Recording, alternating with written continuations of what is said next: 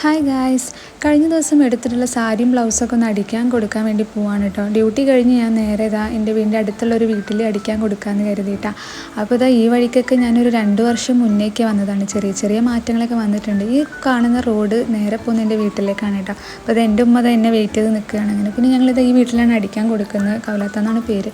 അപ്പോൾ ബ്ലൗസൊക്കെ ഇവിടെ കൊടുത്തു. ആളിൻ്റെ അളവും കാര്യങ്ങളൊക്കെ എടുത്തു. 2 ദിവസം കഴിഞ്ഞിട്ട് തരാമെന്നും പറഞ്ഞു കേട്ടോ.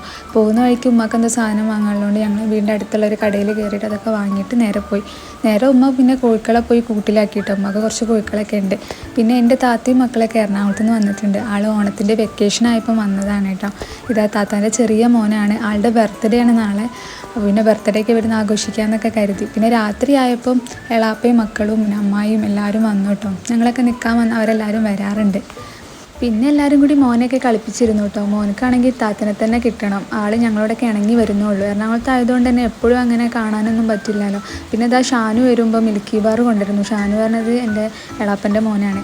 അതൊക്കെ കഴിച്ച് പിന്നെ മോനെ കുറേ നേരം കളിപ്പിച്ചു. നാളെ മോൻ്റെ ബർത്ത്ഡേ ആണ്. ബർത്ത്ഡേ വിശേഷങ്ങളുമായിട്ട് അടുത്ത വീഡിയോയിൽ കാണാം കേട്ടോ.